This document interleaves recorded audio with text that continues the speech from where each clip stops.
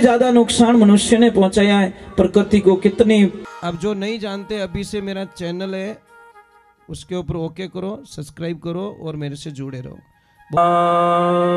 की उमापति महादेव की, भागवत महापुराण की, गौ मात की, पधारे हुए सभी भक्तों की, सभी कार्यकर्ताओं की, आयोजक कर्ताओं की राधे राधे राधे राधे।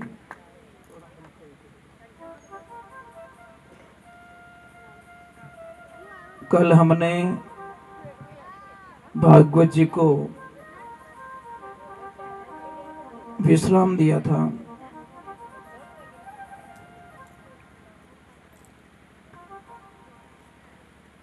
भगवान चलने लगे हैं, मंडली बनाई है और अपने मंडली का काम उन्होंने बड़े पूर्ण तरीके से आनंद ले रहे हैं।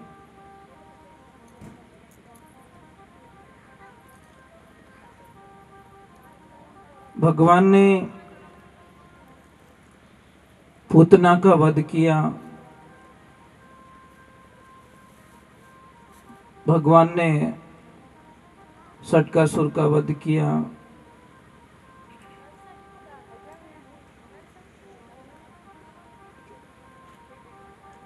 एक बात हमेशा ध्यान रखना, संसार क्या है?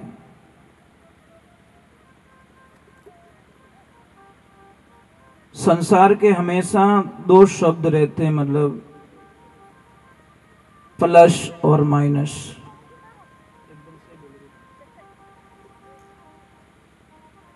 जहां प्लस होगा वहां माइनस जरूर होगा।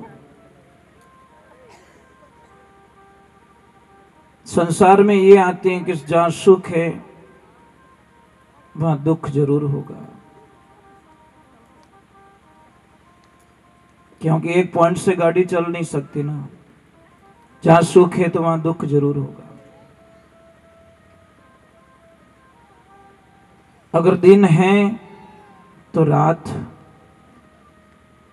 जरूर होगी। अगर आप हंस रहे हो तो रोना कभी भी अपने मारवाड़ी में देख जो, कोई भी ज्यादा हंसे न, टाबर रहे हो चाहे कोई भी, आप अभी ने कहें कि इतो मत हंस, अब रोना स्टार्ट हो जाए। मतलब अभी तुम घड़ी पलक पहले तो थोड़ा हंस रहा है और अभी थोड़ा कहीं कहीं देखना हंसते हंसते से प्रक्रिया रोने की स्टार्ट हो जाती है। ये संसार में होगा, ऐसा होगा, आप कल्पना मत कीजिए। अगर आपका मित्र है तो आपके दुश्मन भी है, 100% है कोई न कोई दुश्मन। अगर आप अमीर हो तो दुनिया में गरीब भी बहुत बैठे हैं। एक जैसी परिस्थिति आपको कभी नहीं मिलेगी। एक बात ऐसी है, जो परे हैं दुनिया से, सबके विलोम शब्द है, मतलब विपरीत शब्द। एक बात बता दी, आनंद का, आनंद का विपरीत शब्द बताओ कोई। आनंद का शब्द है ही नहीं। आनंद से परमानंद बनेगा, परमानंद से ब्रह्मानंद बन जाएगा, परंतु उसके विपरीत जो आनंद की दिशा में जाए। तो भगवान प्रकट हुए तो सबको आनंद हुआ है। क्या हुआ? आनंद, परमानंद, ब्रह्मानंद। भगवान ने पूतना का वध किया। एक बात हमेशा ध्यान रखना, मंदिर बनाना कोई बड़ी बात नहीं है। 2 करोड़ 5 करोड़ 7 करोड़ लगावे कि लोग मंदिर बना देते हैं, पर अंदर पूजा कर रहे हो कि नहीं कर रहे हो वो बहुत बड़ी बात है। और हमने कई जगह देखा मंदिर की प्रतिष्ठा नहीं होती, नहीं, उससे पहले लोग क्या करते हैं, वो ऑटोमेटिक घंटी है, बाजा है, उसका ऑर्डर दे देते हैं। क्यों देते? उनको पता है कि मैं यहाँ आने वाला, ये पुजारी जी जाने और ये बटन वाली मशीन जाने, ना तो कोई झालर बजाने वाला आएगा, ना कोई शंख बजाने वाला आएगा, ना कोई ये बजाने वाला आएगा, कोई नहीं आएगा। सिर्फ पुजारी जी जाने, ये मशीन जाने और उनका काम जाने। मंदिर कितने का बनाया? 5 करोड़ का। पूजा करने के लिए पुजारी जी और वो मशीन। मैं एक छोटी सी प्रार्थना कर रहा हूं, जैसे आपके कोई बुजुर्ग माता पिता हैं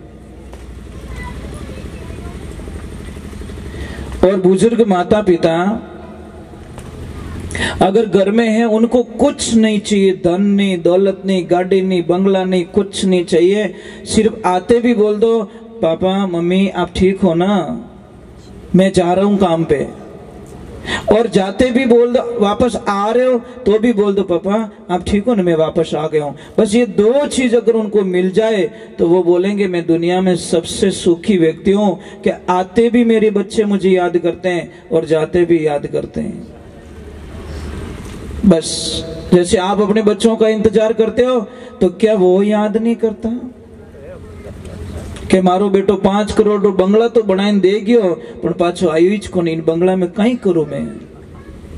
बस एक वॉचमैन खड़ा कर दिया बाहर, तुम जानो बंगले में घुट घुट के मरो। और मैंने आज कई लोगों को देखा है कि बहुत बड़ी बिल्डिंग बनाई हुई है, पर जो आनंद आप कट्ठी जाओ, जो आनंद प्रकृति में होता है, रोकड़ारी छाया में रेवे, ये तो आनंद दुनिया में कट्ठे मिली ज को नहीं। आप जाओ कहीं पे बहुत सारे टेंट लगा देते लोग, व्यवस्था कर लेते, पर आपने दिखी रूकड़ो बटे जान विचार, अरे यार थोड़ी देर अट बैठो बस। जबकि घर में सारी व्यवस्थाएं, करोड़ों का सिस्टम लगा हुआ है, पर जो नेचुरली होता है ना, आज हमने मनुष्य का सबसे बड़ा दुश्मन बन चुका है। प्रकृति का विनाश कर रहे हैं हम लोग, पेड़ पौधे काटे जा रहे हैं, जमीन में गड्ढे गड्ढे किए जा रहे हैं, सिर्फ अपनी सुविधाओं के लिए। पहले क्या था?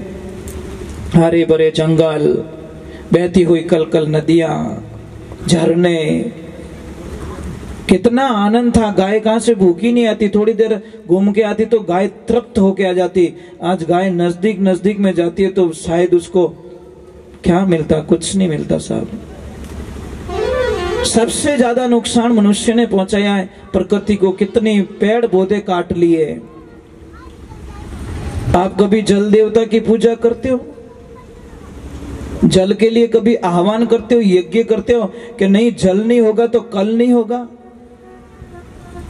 क्या कभी शुद्ध वायु के लिए यज्ञ किया, आपने प्रार्थना की कि नहीं मैं शुद्धिकरण के लिए यज्ञ करूं? घर के लिए यज्ञ करते, मंदिर के लिए यज्ञ करते, उसके लिए यज्ञ करते। शुद्ध हवा के लिए यज्ञ क्यों नहीं करते कि नहीं शुद्ध हवा नहीं होगी तो मैं जीऊंगा कैसे, प्रदूषण हो जाएगा। ये सारी चीजें हमको समझनी पड़ेगी। और सतयुग में इसीलिए लोग सुखी थे, क्यों? कि शायद ये व्यवस्थाएं नहीं थी, प्रदूषण बिल्कुल नहीं था, बीमारियां 90% लोगों को बीमार नहीं होते थे। और जीवन कितना था सतयुग में? सतयुग की उम्र थी 17,28,000 वर्ष, और लोग कितना जिंदा रहते थे? 1 लाख वर्ष का एवरेज था। कितना? 1 लाख वर्ष तक वो जिंदा। आज भी देखिए, आज की तारीख में भी, इस कलयुग में भी सांप शायद 1000 साल तक जीता है। अगर उसको कुछ ना हो, बीमार ना हो, कोई मार ना दे, तो वो 1000 साल तक जिंदा रहता है। और कछुआ शायद 300 वर्ष तक जिंदा रह सकता है। अगर कुछ ना हो, एक्सीडेंट ना हो, कोई बीमारी ना आए, कहीं पे कोई चोट ना लग जाए, तो 300 साल तक, इस कलयुग में भी कछुआ 300 साल तक जिंदा रह सकता है। सांप 1000 साल तक जिंदा रह सकता है। परंतु एक बात का ध्यान रखना, सांप 1000 साल जी के भी जो नहीं कर सकता, कछुआ 300 साल जी के भी वो जो नहीं कर सकता, हम 50-60 साल की उम्र में कर सकते हैं। ये मनुष्य के पास में सबसे बड़ी ताकत बताई गई शास्त्रों के अंदर। जो 300 वर्ष में वो नहीं कर पाएगा, जो 1000 साल में सांप नहीं कर पाएगा, वो हम लोग सिर्फ 50-60 साल की उम्र में वो कर सकते हैं। पर रास्ता बदलना चाहिए, हमारी पॉजिटिविटी सोच होनी चाहिए। क्या नहीं कर सकता इंसान।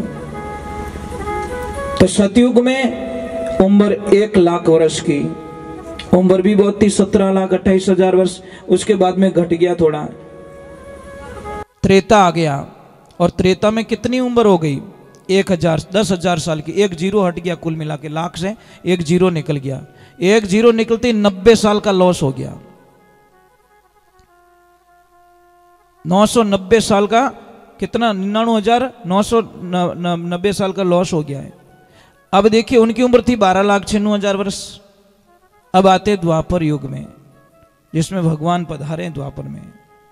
द्वापर का अंत था और कलयुग का आवागमन था। उस संधि काल के अंदर भगवान का आगमन हुआ है। तो 8,64,000 वर्ष द्वापर की उम्र थी और उसमें जीता था आदमी कम से कम 1,000 साल तक। और अब बड़ी मेहरबानी हो गई कलयुग की, 1 जीरो और हटा दिया। 1000 से 1 जीरो हट गया, पीछे बचे 100। अमो की कोई भाग्यशाली इन आंकड़ा ने पार करे, बड़े नसीब वाले होते हैं जो संसार की जो ये दिखावा होता है ना, भौतिकता, इससे थोड़े अलग हो जाते हैं। मैंने आपको प्रसंग में बताया थी ताकि हमारा जीवन सिर्फ दिखावे में बर्बाद हो जाएगा, हम कुछ नहीं कर पाएंगे, बदलाव हमारे अंदर कुछ नहीं आएगा तो कोई मतलब नहीं है। हमने भोजन प्रसाद बना दिया है, थाली में आ गया है, जब तक आप उसको नहीं झीमोगे तब तक आपको ध्यान रखना आपकी भूख मिटने वाली नहीं है। मैं कथा सुना रहा हूं, कथा सुनने के बाद में भी अगर आप में कोई अंतर नहीं आएगा, आपकी दिनचर्याओं में कोई चेंजिंग नहीं आएगी, कोई बदलाव नहीं आएगा, तो शायद मुझे लग रहा है कि ये हमारे 7 दिन बेकार चले जाएंगे। हमारी भाषा का शुद्धिकरण होना चाहिए, हमारे विचारों का शुद्धिकरण हो। अरे भाई जो आगे हो गया उसको छोड़ दीजिए आप। हम तो आज से ही काम स्टार्ट कर दे तो भी काम हो जाएगा। इसलिए कहा कि काल करे सो आज कर ले, दिन नहीं आवे हाथा, लक 84 झाई पड़ेला भोगेला दिन और राता। हमको बहुत सारी समस्याओं का सामना करना पड़ेगा, राधे राधे बोलना पड़ेगा, ऐसे काम चलने वाला नहीं है। आप अटी इतनी कंजूसी करो तो घरे कितनी कंजूसी करता रहो। अच्छा घरे कौन कौन बोलो राधे राधे के अटी मेल जाओ बाप जी रेटे अटू लियो और बट मेल तो बाप जी अटी छोको आगो मारू को उपड़े नहीं हो तो राधे राधे भारी गुणो नाम कहीं हरे कृष्णा वाह। टाबर फेल की कर रहे स्कूल में पढ़े जीते याद रहे गेट में यहाँ भूल जाए पछे परीक्षा में लावे बढ़िया नंबर।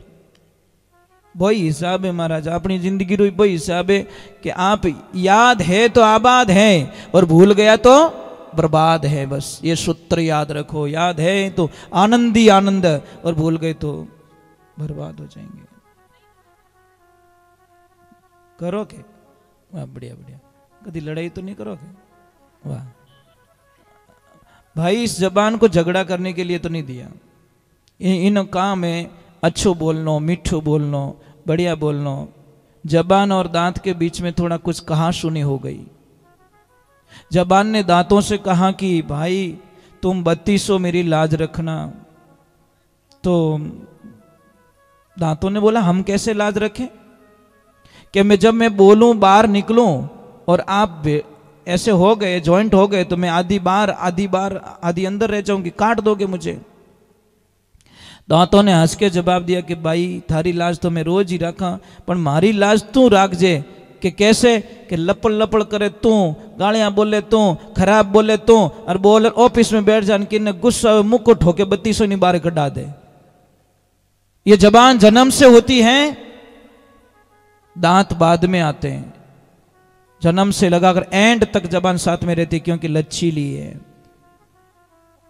और दांत शायद मन लागे अंतिम स्टेशन माते पाछे आपकी रवानगी कर ले। आवी 2-3 शायद 12 महीना 2 साल में आना स्टार्ट होते हैं और शायद अंतिम स्टेशन पे जब जाते हैं वापस आया ज्यों पाछा कर दे भगवान, दांत पाछा ले ले के बस ये तेरे पास थे ही नहीं, आया तब नहीं था, अब जा रहा है तो ये भी तेरे पास रहने वाला नहीं है। तो जिंदगी में ध्यान रखें, हमको अच्छा रहना, बढ़िया बोलना, मीठा बोलना है। राधे राधे। थोड़ा जोर से भाई, 2 दिन तो परेशान और करूंगा। पछतान कोई आइन घरे नहीं कहे कि भाई राधे राधे बोलो नहीं, दाता राधे राधे बोलो नहीं। पर एक बात का ध्यान रखना, हम चले जाएंगे, मैंने पहले ही बोल दिया कि हमारे शब्द यहीं रहेंगे, इनको ले जाने वाले नहीं है।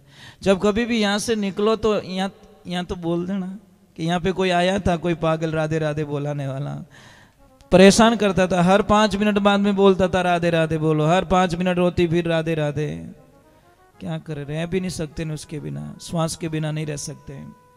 तो भगवान को बहुत सारी समस्या बालपण में आती है। आप क्या सोचते हो कि आप में ही समस्या है? अरे जब हम भगवान के कथन पढ़ेंगे ना, तो आपकी समस्या तो 1% उनके सामने नहीं लगेगी। कितनी मुसीबत में उन्होंने जीवन जिया, जन्मते ही उनको अपने माँ बाप का साथ छोड़ना पड़ा। इन्नो मोटो दुर्भाग्य कहीं वे सके महाराज। एक तरफ हम भागवत सुनते हैं, फिर हमारे दुख का रोना रोते हैं, तो बहुत बड़ा कष्ट होता है महाराज। जन्मते ही मेरे प्रभु को शायद दूध तक नहीं मिला, और उसी टाइम में मेरे प्रभु को अपने माता पिता को छोड़ के दूसरी जगह जाना पड़ा। ये तो दुख तो आपा में नहीं पड़ियो, इतना कष्ट तो नहीं पड़ा हमारे में, फिर किस बात का रोना। और बटी कटे शांति भाई, वहां पे भी कहां शांति है? रास्ते में भी बड़ी मुश्किल से रास्ता मिलता है, अंधेरी रात होती है, फिर जाते हैं भगवान, वहां पे भी कहां शांति है? पूतना चली जाती है मारने के लिए, सटकासुर चला जाता है मारने के लिए। कितने कितने राक्षसों को बालपने में भगवान ने भेज दिया मारने के लिए। आप सोचते हो भगवान का जीवन बहुत अच्छा रहा होगा? भगवान श्री राम के जीवन को देख लो, कितना कष्ट। पिताजी को ये भी नहीं बोल पाए कि पिताजी मुझे वनवास क्यों दे रहे हो, कुछ नहीं बोला, सिर्फ इतना बोला ये मेरे पिताश्री का वचन है, बस निकल गए वन को। हरे कृष्ण। वहां भगवान ने अपने जीवन को जी के बताया, हमारे को खाली पाखर फॉर्मलिटीज करके नहीं बताई, जीवन जी के बताया। देखो मैं अंश अवतार होते हुए भी, भगवान का अंश होते हुए भी, मेरे में भी। इसीलिए किसी ने लिखा, समय का खेल निराला भाई, समय का खेल निराला, समय के आगे झुकना पड़े, चाहे कितना बड़ा बलवाना, झुकना पड़ेगा। कभी फीलिंग मत करो, दुख आए तो भी प्रभु का प्रसाद। और भगवान को एक देखा, कृष्ण को आप देखते होंगे, कृष्ण लीला देखते होंगे या कुछ भी टीवी पे, आप हमेशा देखिए वो मुस्कुराते रहते हैं। बस सबसे उनका मेन पॉइंट्स देखिए, इतनी मुसीबत फिर भी मुस्कुरा रहे हैं। मीराबाई तो यहां तक लिख दिया, हरि सोहनी सूरते मोहनी मूर्ते गुगर वर्णा केस। वाह भगवान, क्या लीलाएं तेरी, बस तेरे बिना नहीं रह सकती। सोहनी सूरत मोहनी मूरत गुगर वर्णा केश। के भाई मीरा गिरधर नागर, तू मिलियो कर नटवर रो वेश। घड़ी नहीं आवड़े रेश, मारा कृष्ण कन्हैया तू जाई वस्यो प्रदेश। मारे भगवान वाह। तो महाराज वहां से समस्याएं थोड़ी ज्यादा हो जाती है, तो कई बार क्या करते लोग, थोड़ा जगह चेंज कर देते हैं कि चलो यार यहाँ रोज रोज की परेशानी है, ये मेरे से मानता नहीं है, ये मुझे परेशान करता है, छोड़ो राड करता बाढ़, बढ़िया थोड़ी जगह चेंज कर लेते हैं। तो देखिए कोई पति पत्नी बड़े आराम से रह रहे हैं, माँ घर पे रह रही है। रविवार का दिन था, माँ को बोला कि माँ आज हम थोड़ा हमारे दोस्तों के साथ में एंजॉयमेंट करने के लिए जा रहे हैं, एक काम करना तो थोड़ा भोजन प्रसाद बना के खुद ही जिम लेना। माँ बोली बेटा मुझे गैस का चूल्हा चालू करना भी नहीं आता, मैं कैसे रोटी बनाऊंगी, कैसे करूंगी। तो उनकी जो बेटे की बहू थी वो बोली माँ देखो माँ ऐसे परेशान मत करो, एक काम करना सामने मंदिर है ना, वहाँ भंडारा चालू है, उस भंडारे पे जाके जिम लेना, वहाँ पे जिम लेना। जब हम वापस आ गए तो माँ क्या बोली, देखो कितनी भोली होती माँ। माँ बोली कि बेटा तुम जो दोस्तों के साथ में एंजॉय करने के लिए जा रहे हो ना, एक काम कर जो आधा किलो मारी लेता आओ जो। तो उनको क्या पता, उन्होंने सोचा कोई फल फ्रूट है या कोई खाना होगा, उनको क्या मतलब मौज मस्ती करने के लिए जा रहे हैं। ये सारी बातें मतलब वो उनका जो पोता था ना वो सुन रहा बड़े ध्यान से। कार निकाली, बैठे अंदर, और जैसे ही आधे रास्ते गए वो पीछे से बच्चा बोला कि पापा मैं एक बात बोलूं। कि बोलो बेटा। मैं बड़ा हूंगा, बहुत पैसे कमाऊंगा। पापा बोले बहुत बहुत धन्यवाद बेटा, बहुत बड़ा प्लान है तेरा। पापा मैं एक बहुत बड़ा बंगला भी बनाऊंगा। क्या बात कर रहा तू, बंगला बनाएगा? हाँ पापा मैं बंगला बनाऊंगा, परंतु पापा मैं बनाऊंगा कहाँ ये तो पूछ लो। कि कहाँ बनाएगा बेटा? कि मैं एकदम मंदिर के सामने। कि क्यों बेटा? कि मैंने आज ही प्लान बनाया है, जब तुम बूढ़े हो जाओगे मैं और मेरी पत्नी एंजॉय करने के लिए जाएंगे, सामने कोई मंदिर होगा तो कम से कम तुम भूखे तो नहीं मरोगे, कम से कम भूखे तो नहीं मरोगे। इतनी तो आशा है, मंदिर जहां सामने होगा कुछ तो खाने को तुमको मिल जाएगा, क्योंकि हम तुम्हारी परवाह करने वाले हैं। वो तो गाड़ी बटू पाची फेरी के तो एडवांस में प्लान बना रही है। वो वापस आए, दोनों पति पत्नी माँ के चरणों में गिर पड़े। माँ आज के बाद दोस्त की दुनिया छोड़ सकते हैं, पर तेरे चरणों को छोड़कर हम कहीं नहीं जाएंगे। घर में देवी बैठी, वो दुखी, और हम किसी के साथ में मजाक कर रहे हैं, ये संभव नहीं हो सकता। तो भगवान की लीला हुई। थोड़ा सा मतलब नंद बाबा को अटपटा लगने लग गया कि नहीं अभी ये जगह छोड़ देनी चाहिए, और छोड़नी भी जरूरी है। इसके बीच का एक कथन आता है कि भगवान थोड़े बड़े हो जाते, थोड़ी जिद करने लग जाते हैं। माँ मैं गाय चराऊंगा, माँ मैं गाय चराऊंगा, माँ मैं गाय चराऊंगा। मैया मना कर देती, बेटा भी तू छोटा है, बलराम जी जा रहे हैं। तो भी बहुत सारी जिद कर लेते हैं। तो भगवान को माँ कहती है कोई बात नहीं बेटा, कोई अच्छा दिन आने दे, उस दिन आपको गाय के लिए हम तैयार करेंगे। और जब गोपाष्टमी आई उस दिन भगवान प्रथम बार गाय चराने के लिए, बछड़े चराने के लिए जाते हैं। वो दिन था गोपाष्टमी का, हम मनाते हैं ना। गोपाष्टमी बहुत सारी जगह मनाते हैं, गाय माता को लापसी भी जिमाते, वो भी करते हैं। तो गोपाष्टमी के दिन भगवान को गाय चराने के लिए निकाला जाता है, उनसे हाथ से तिलक करवाया जाता है। और भगवान की कृपा देखिए, आप ईश्वर की कृपा देखिए। अब वहां पे लीला कुछ और हो जाती है। जब बछड़ों को चराने के, थोड़ी कम आवाज रखो, कम आवाज, थोड़ी कम आवाज रखिए। तो देखिए भगवान की लीला देखिए। वहां पे गए, भगवान ने एक दिन सारे मित्रों को बोला कि देखो भाई ऐसे काम चलने वाला नहीं है, आप एक काम कीजिए, कल हम एक कुछ पर्सनल प्रसाद का विवरण करते हैं, हमारी सबकी प्रसाद, सब अपने अपने घर से प्रसाद लाओगे और मैं सबके घर का खाऊंगा। महाराज भगवान की लीला देखिए। अब सारों ने तो हाँ बोल दिया। एक मित्र था बहुत गरीब बेचारा, खाने के लिए कुछ भी नहीं। उसने बोला कृष्ण मेरे घर पे कुछ भी नहीं है, तो कुछ भी लेके आ, परंतु लेके आओ। महाराज वो गया बेचारा, माँ के पास में जाके बोला माँ, वो कभी नहीं मांगता किसी से, वो हमेशा लाता है, सबको खिला देता है, लाता है, सबको खिला देता है। पर आज उसने अपने दिल की बात बोली है कि मुझे खाना है तो कुछ दो माँ। माँ ने बोला बेटा एक दाना नहीं है घर पे, मैं क्या खिलाऊं। इधर देखा तो कल परसों की छाछ पड़ी थी छोटे से कुल्हड़ में। बोला बेटा ये ले जा। अब वो लेके तो आ जाता, अपने मन में घृणा हो जाती है, मैं उसको कैसे खिलाऊंगा। नहीं ले जाऊंगा तो भी डांटेगा, खिलाऊंगा तो 2-3 दिन पहले की एकदम खट्टी छाछ है, मैं कैसे खिलाऊं उसको। भगवान की लीला होती है, वो एक पेड़ के पीछे आके खड़ा हो जाता है और बोला वो सबका खा लेगा तो पेट भर लेगा, मेरे को परेशान नहीं करेगा। पर भगवान को तो उसका खाना था। बोले बोले रुको रुको मैं ढूंढ के लाता हूँ। जैसे ही वो गया तो देखा कृष्ण आ रहे हैं, वो कुछ न कुछ खा लेगा। तो उन्होंने आव देखा ना ताव देखा, अपने मुंह में छाछ को उड़ेल दी। अब उड़ेल दी तो पूरी पी नहीं पे, तो मुंह भुला के खड़ा हो गया।